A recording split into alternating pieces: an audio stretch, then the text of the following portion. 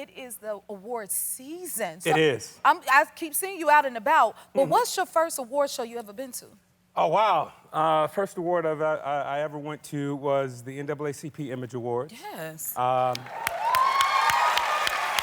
out to the NAACP. I was nominated. Okay. And it was my first nomination, and I was like, and then I was looking at the competition, and I was like, oh, I got this. I got this. Did you have it? What? You did? What? Okay. I went in there, I'm sitting front row center. I was like, oh, I got this. And they get to the category, and it was lead in a movie. Ooh. And I was like, oh, yeah. And then so they started running down the other actors that were in the category, and they listed a name. I was like, oh, I got him. That's how it be. Hey, listen, they listed another name. I was like, yeah, I got him. Then they got my name, and I was like, yeah, it's me. It's you. And then they listed the last name in the category whose name I didn't see in the program, and they were like, Denzel Washington. Well. And I was like, oh, well, damn, I should have never come. That can't happen. I know who they gonna give it to. It was like Anthony Anderson and Kangaroo Jack, Denzel Washington, Malcolm X. Who gonna win? Hey, did you have your acceptance speech in your pocket? I had it in my pocket. You did? I had it in my pocket, and I ripped it up as soon as I walked out. That is funny. Yeah, but that was my first award show. Humbling experience. It was a humbling experience. Now, you looking real happy right now, and we love seeing you happy. You glowing and everything. Yes, it's a new skincare that I'm using. Is right it a now. skincare thing? Yeah, it's skincare. You know, I'm kissed by sunshine. see. Okay, so it must not be hard to be, a public figure, but how is it like balancing your private life from your public life? It's interesting. I mean, you of all people should know that. I mean, we are public figures, and everybody wants to be invested in our lives, our personal lives, and our relationships. So you have to navigate that. It's a fine line. It is. To be in the public life and to have a private life, but sometimes the two. They blur. Kind of blurring. They blur, yeah. And stuff like it is. But people have been in my relationship that I have right now. But it's a welcoming thing. It is, and it's all a part of it. You know what I call it? Outside noise. Like outside, we don't leave the outside noise sometimes outside, right? Exactly. You're hosting Star Search on Netflix. I cannot wait for this. I don't understand how anybody would know what it was about, but for those who don't know, can you tell them what it's about? Well, Star Search is the OG of all of these competition shows. It is. The Voice, America's Got Talent, American Idol, all of that. It was all spawned from, I like to believe, from Star Search, hosted by Ed McMahon back in the day, over 40 years ago. And here I am standing, hosting Star Search now. I used to want to be on the show. I grew up watching the show. And, there was an acting competition on the show, and I would look at them, and I'm like, oh, Mama, I could act better. Let's put some gas in the car. Get me to Hollywood. Mama, I want to audition. And here I am, the host of the show. But, we started off this clip with the gentleman that was singing that song. His name is Bear Bailey, out of Hammond, Louisiana, who's overcome addiction, homelessness, arrests, and all that, which is the same thing that our in-house host or judge, Jelly Roll, overcame. And so there was such a connection between the two of them because Bear had no idea that Jelly Roll was even going to be a judge on our show months prior to that. And he came out and sang that song and moved the entire audience, and I believe the audience that watched around the world. It became really emotional, it became spiritual, it became something that, you can never expect these things to be, but you want them to be. And I think that is the epitome of what our show is all about. Talent coming on the stage, living their truth and being who they are and fulfilling their talent in front of the world. And I'm happy to be on that stage with all of the talent that comes across there. It's definitely translating for sure, because I felt that. Yeah. And the thing, for those who haven't watched the show, what I like to say is that, this is live on Netflix Tuesday and Wednesdays every week. But we have 3 in-studio judges, but the viewing public gets to vote to on vote this. as well. Yeah, they can, as long as they're watching it live, they can pick up their remote and, give 1 to 5 stars for all the talent that they see on that stage. And I think that's what's incredible about our show. It's not just the judges that are in the studio who are making this decision and helping develop and find the next star of this generation. It's the people who are viewing the show as well. Uh-oh, we get to be the judges too, guys. Yes, That's you do. amazing.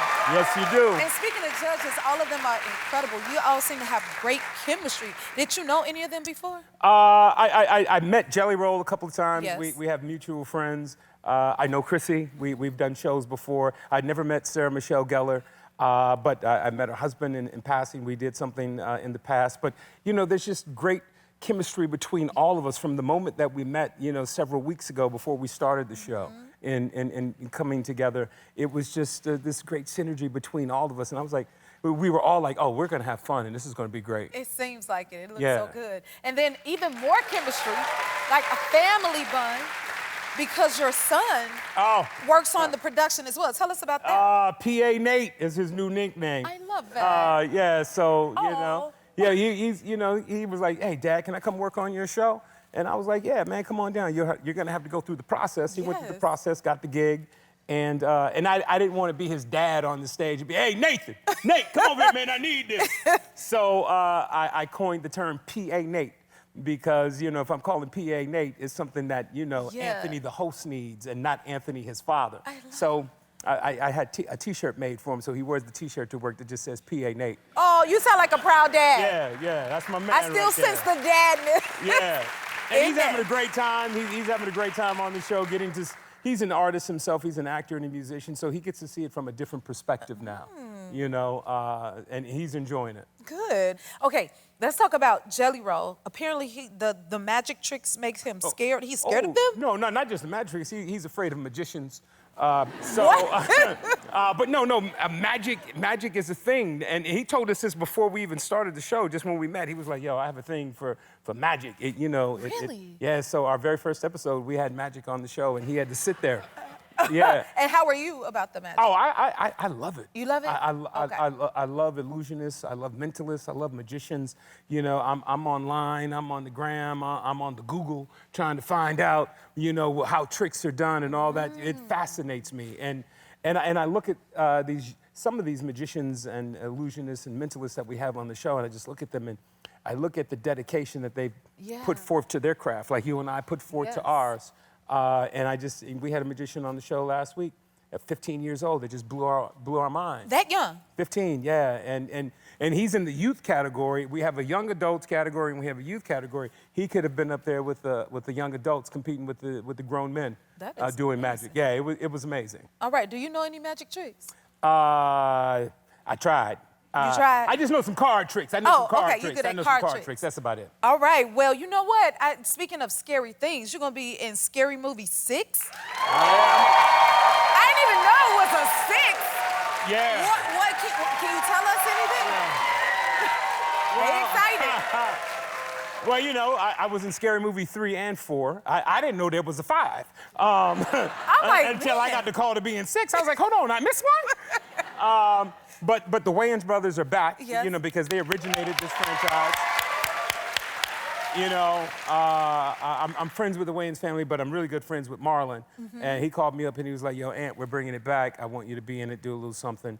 All I can tell you is that it's funny, it's scary, and things happen. Okay, so now I want to give my audience the opportunity to ask you a question or two and your thoughts on some things. So, are you ready?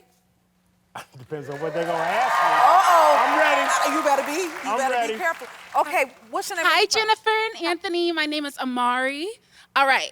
So, is it true that you've broken Guinness World Records? Oh, I am. I am in the Guinness Book of World Records. You are? Yeah. Wow.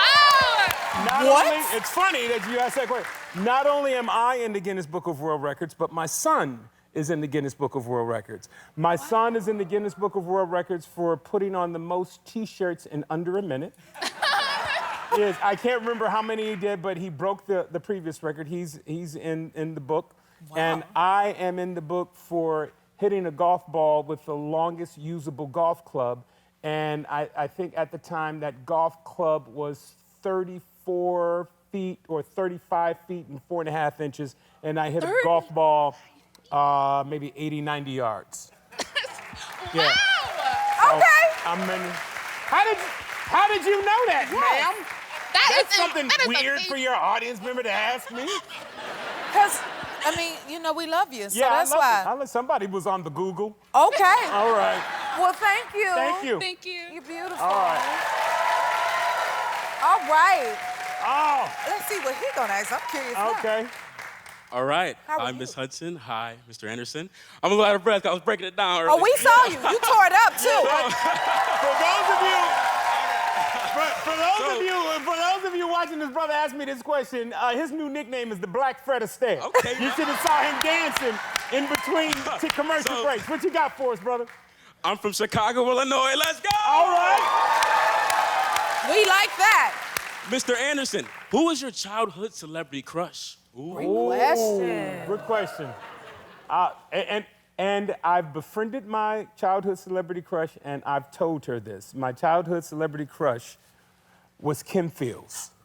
Oh, I could see that. Yeah. Okay, what'd she say when you told her, though? She said, "You know how many men tell me that, Anthony? Get out my face." But yeah, no, that was my childhood celebrity crush, Kim Fields. Adorable. Yeah. I love that. Thank you, and thank What you up, for your Kim? break dance, sir. You guys. All right, Black Fred Everything. Astaire. Kim needs to come here and see us. Yes, ma'am. Hi, Jennifer. Hi, Anthony. My name is Amelia. I'm local from Los Angeles. All right. I have a question for you. So we all know you like golfing. Who would you say, out of all your celebrity friends, is the worst golfer? Ooh.